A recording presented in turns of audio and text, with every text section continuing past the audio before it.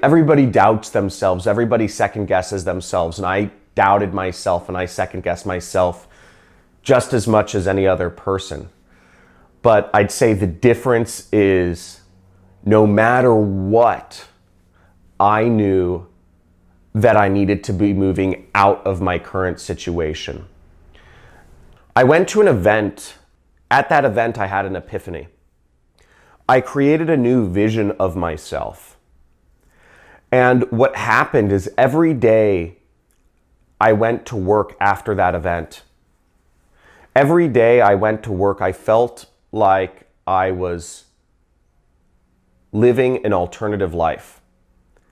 Because in my mind, I already had a new vision for myself already created. And that new vision of myself was that I was free. So every day I went into work, I felt in limbo and I didn't feel like I belonged there. I don't know if you've ever felt like you don't belong somewhere, but for me, that was every single day. That kept me focused, because if you're somewhere where you don't feel you belong, if you're in a situation where you don't feel is correct for you, if you feel a sense of unease with what you're doing or who you're surrounded by, if you feel incongruent with yourself, you work very hard to move out of that situation. It's like if you're wearing a piece of clothing that's not you.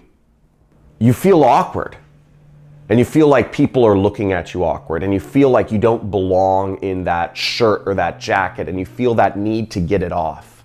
That's what I felt. That's what I felt every day I went to work. It was incredibly uncomfortable. It wasn't just a momentary feeling.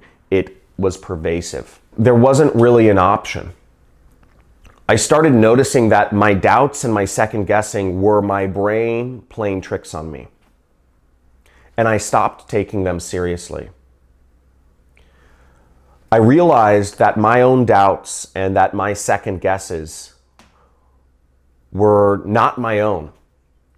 That those doubts that bubbled up in my brain, those second guesses about my direction, those were actually what society wanted me to think.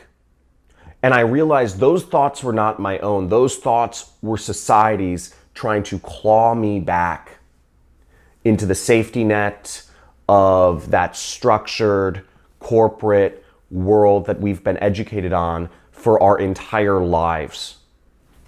And once I realized that those doubts were not my own, but they had been educated into my brain by my friends, by my family, by my teachers, I started realizing that I had to move beyond them. And I did.